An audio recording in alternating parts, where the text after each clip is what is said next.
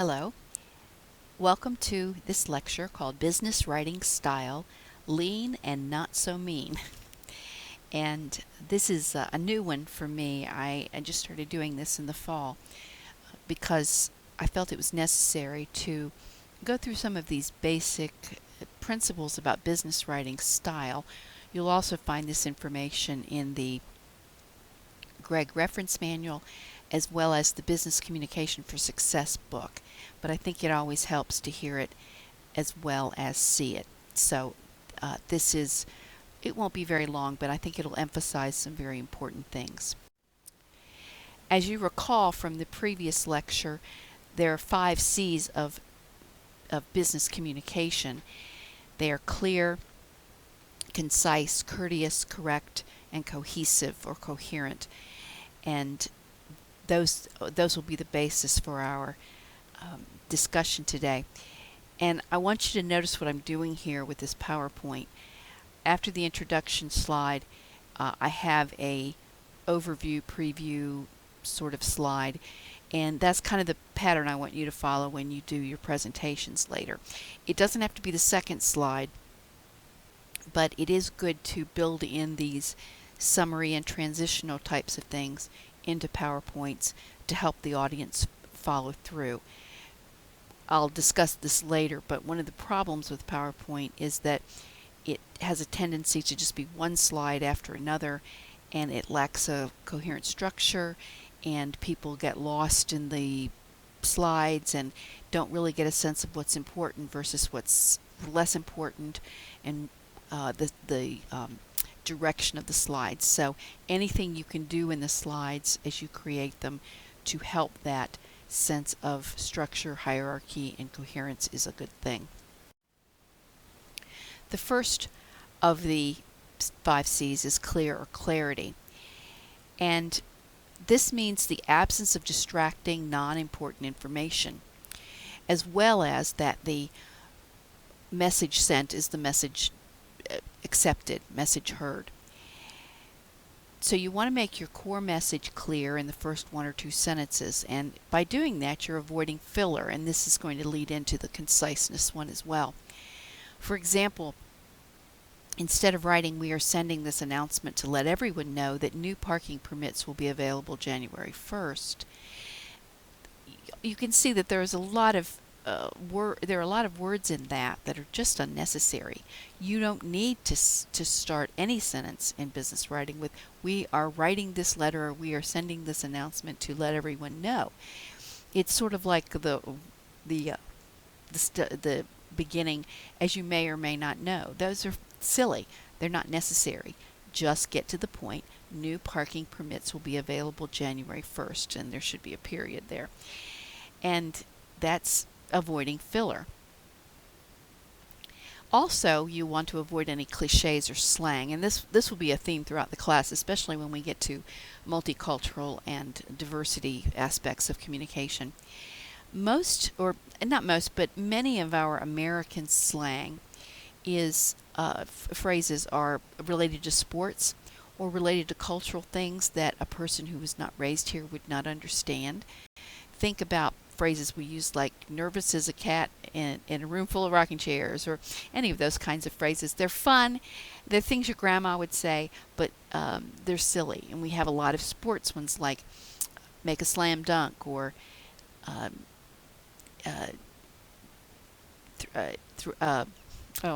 forgetting one now, but you know what I'm talking about. We have a lot of sports cliches that we use just generally in our cultural talk. Some of them are even racist and we don't even know it, like "bury the hatchet."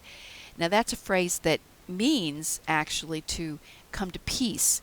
You're going to bury the hatchet, so you're not going to use it anymore. But it really harks back, like the second one there, "go on the warpath," to stereotypes about Native Americans. So those are not ones that you want to use. And there are lots of others we could talk about that are unintentionally racist. And then there's the issue of using direct versus indirect. And this gets into also the issue of passive versus active language. Which one of these is better? Well, you can see just from the length, but the length's not the only thing. The issue is, does the message get across? So in the first one, employees have not been made sufficiently aware of the potentially adverse consequences regarding the use of these perilous chemicals. Well, that's more words, so the meaning is more likely to get lost, and it's indirect. It's not telling people to do something. It's sort of making an around the back of the house sort of observation instead of really saying what you want, which is warn your employees about these dangerous chemicals. And plus, it has a lot of too many words and adjectives. And adjectives are great if you're writing poetry or a novel, but in business writing, they can get in the way of meaning. So, potentially adverse, perilous, those are good words, but they might just be hiding the meaning instead of getting the meaning across. So, warn your employees about these dangerous chemicals gets the point across more quickly. And here I have a list of phrases, and you can stop the recording and just sort of look at these. These are some of the cliches I was talking about that my students have sort of collected for me in the past that are American phrases that would not necessarily communicate to someone who's knows English well, but speaks it as a second language as a person from another country. And some of them are sort of, like your grandma would say, raining cats and dogs, cliches. And then others are more recent, like adulting, which drives people my age crazy. Writing a check is not adulting, but I've heard people on Facebook say that. So the cost an arm and a leg, take a rain check, these kinds of things are just, they don't really communicate. So you want to be sure that your language is clear. Another aspect of clarity is not just your word choice, but things such as your subject line. Receivers, I know I do, prioritize email based on subject line as well as the author. I don't look just at who sent it, but what's in the subject line, and it's going away very quickly. By the way, this might be a good place for me to say that if you are a student at Dalton State and you use the Outlook or the Office 365 product, be sure to go and deactivate your clutter file. I have found that students don't know about clutter, that clutter inbox or clutter folder, and oh my word, some really, really important stuff goes to that clutter file. You might be shocked by what's in there. Also your junk as well. The way that it determines clutter and junk makes no sense whatsoever. I get very important things sent to my junk, and I have deactivated my clutter because it was such a problem. So you might want to do that. You might be missing important emails. So instead of a subject line that says meeting tomorrow, you need to be specific and clear. It's the Tuesday, August 31st meeting on what? The budget. So because meeting tomorrow, if I get it today, I'm thinking it's going to be September 1st instead of August 31st. So you want to be much more specific and clear. And while unnecessary information and words are missing, all necessary information must be there in business communication. For example, if there's going to be a meeting, it needs to be where, when, who, what people need to bring. An agenda is a good idea, and the expected time of the meeting in terms of the length.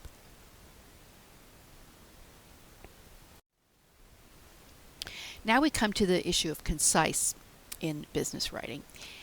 Concise does not necessarily mean short. And I've said this before, but just like a dentist should inflict no unnecessary pain, a writer should use no unnecessary words. I like to play a game with myself. I tend to be in my first drafts really verbose, and then I know that I have to cut it down. So I just play a game with myself. Can I cut out 10% of the words? If it has to be 100 words and I've written 200, okay, how can I get this down to 100 words, half as many, and still say everything that needs to be said? And that's in eliminating all the fluff. So as an academic writer, I have, I can do a lot of fluff, but as someone writing in professional or business, I know I have to cut words out sometimes because things are too long. So it's a game you can play with yourself.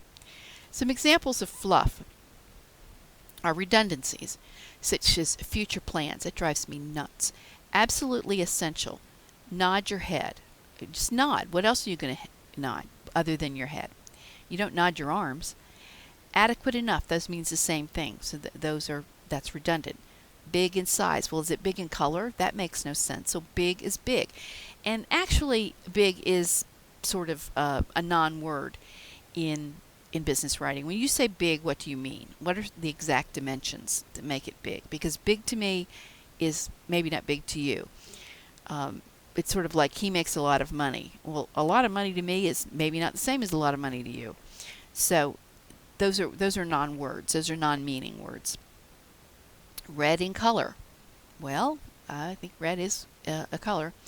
Each and every, that's redundant. Every would be sufficient. A new beginning. Beginnings are new. Refer back. When you refer, you go back. Repeat again. When you repeat, you are doing it again. True facts. Oh, this drives people crazy. One of the banned words that, if you looked at that link, said something about post-truth. And that's driving people crazy who study language. Facts are true. They are not false facts. Free gift. Oh, I love that. Gifts are free. Basic fundamentals. That's redundant. Exactly identical. Oh my, those mean the same thing. Combined together means the same thing. It's like when maybe your family members teach you about this. If you say two twins, there are always two of them. That's what it means. That's redundant. So we have a lot of these kinds of phrases. Then we have flabby phrases such as, in the case of USA Today, the newspaper improved its readability. Well, in case of and the newspaper, those words are unnecessary. So you can get it down to 5 words instead of the 10 that it starts with at the beginning. A company that is successful should not change its name. Okay, that's 1, 2, 3, 4, 5, 6. It's 10 words. Let's get it down to 6. And I'm not sure why on this PowerPoint I don't have the periods, but you can put those in there. Actually, periods and bullets don't really go together, and that might have been part of the problem. Passive voice can make your writing more wordy. The package will be delivered by a FedEx employee at 10 a.m. That's going to be longer than just saying FedEx will deliver the package at 10 a.m. It's obviously going to be an employee. It's not going to be the whole company doing it. And then we have another way you can shorten is we start words a lot with sentences a lot with there are and there is, and there are and there is often unnecessary. There are many people who like Mexican food. Many people like Mexican food. You've gotten rid of 3 words there. Now you might say, well, come on, that's just 3 words. But if you're writing a lot, you can see where this is going to add more and more words, and it's going to just kind of weigh down your writing.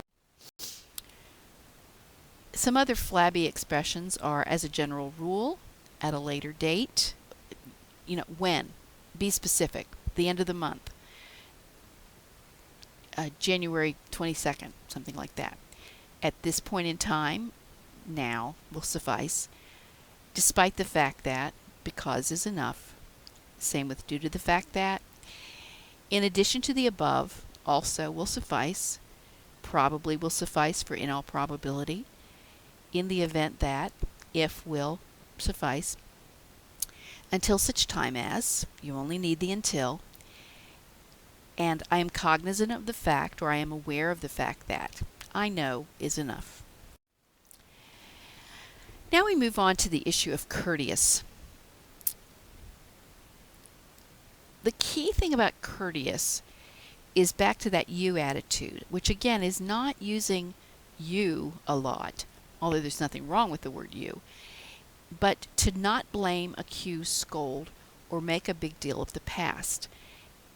We're back to the idea of let's solve the problem. Let's not lay blame unnecessarily, let's solve the problem. So instead of scolding somebody and saying, if you had paid your bill by the last day of the month, your cable would not have been turned off, solve the problem. If you visit our office by September 15th and pay your bill and the $10 reconnect fee, your cable service will be restored within 24 hours. That solves the problem. This is what you need to do. I'm not going to fuss at you. I'm just going to tell you what you need to do. You're an adult. You're adulting. And this is what you need to do. It's sort of like if a student comes in and wants to register and it's the day after the semester started and they, I could fuss at them for not registering, but really I just need to register them. But I need to say this is how you need to go register and not sit and register for them. So put the burden on the other person to do what they have to. It really doesn't work to fuss. It just causes bad image for the company. Now let me stop here and talk a little bit about this last sentence on this PowerPoint. If you visit our office by September 15, notice that I don't have any thus on there. I don't have 15th. You don't do that. Okay, dates are just numbers. Don't put the or und or est on your dates. Just the number as I have right there. Notice that I have used Arabic numerals throughout this, and that is when we get to quiz number 5, you'll get into the numbers, but in business writing there would be a default to go to actual numbers as opposed to spelling them out, although there are some instances where you would spell them out. In terms of numbers, you don't want to start a sentence ever with Arabic numerals, like a 1 and a 5 or something like that. So you wouldn't start a sentence with 2017 is a great year. You just don't do that.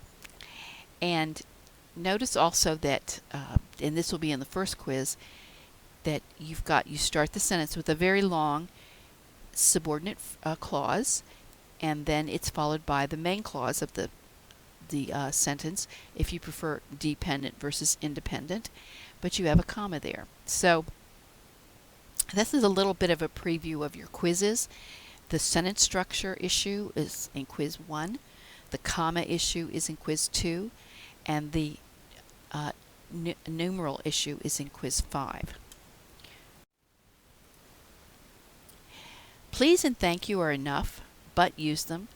Don't substitute with fluff such as it would be wonderful if you could.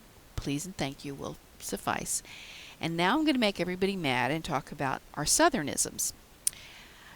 Generally, in business communication, unless you know it's the culture of an organization or you're talking to a very much older person, like 60s and 70s, and I'm not even sure people in their 60s would like it nowadays, ma'am and sir are not usually appropriate. There are exceptions, I understand that, but we tend to default to ma'am and sir because that's how we were raised and how we raise our children, and that's fine for children, but in the business world you want to only use them when it's appropriate. On the same side, you don't want to use diminutives for younger people or endearments, and by that I mean honey, sweetie, dear, son, these kinds of things. And I admit to being motherly about this, and it is a thing I have to watch out for.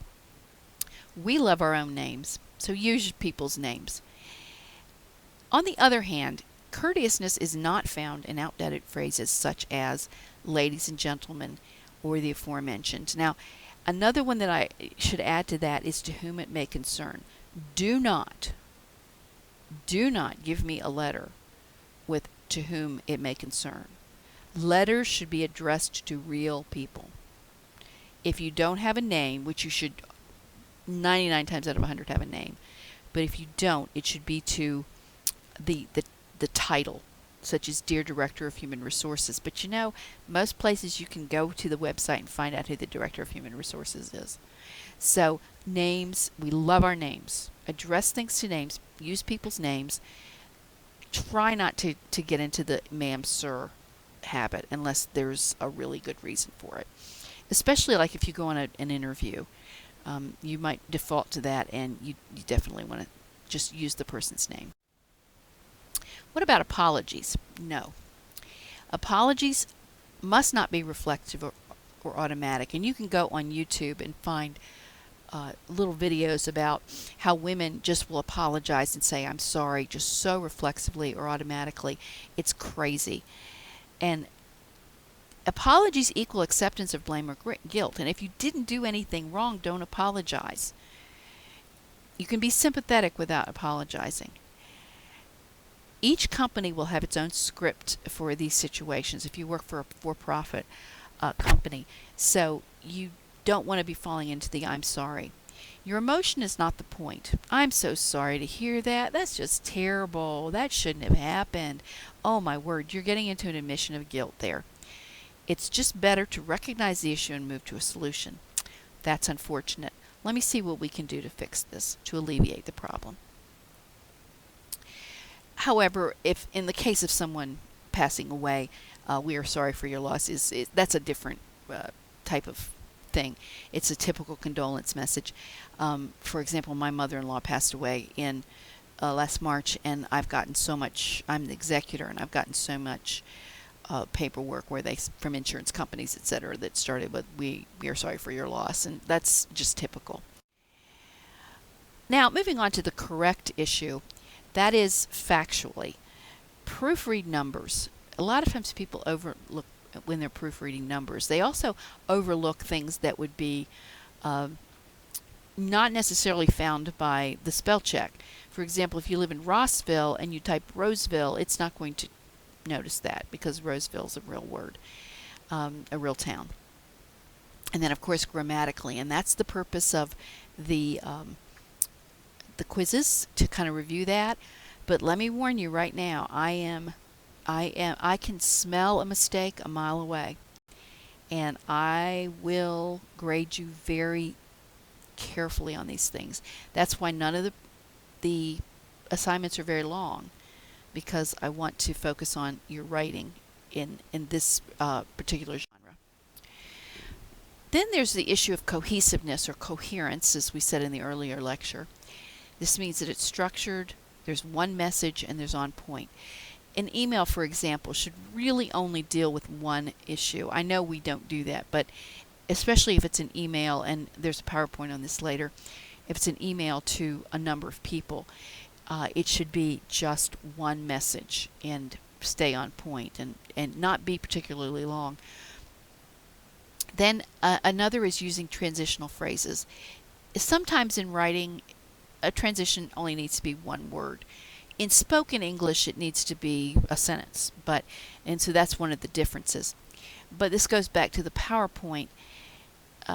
You need to, when you change to another slide in PowerPoint, you need to have some sort of a transition, even if it's just short, to say we're moving on to the next major point, and I've tried to model that here.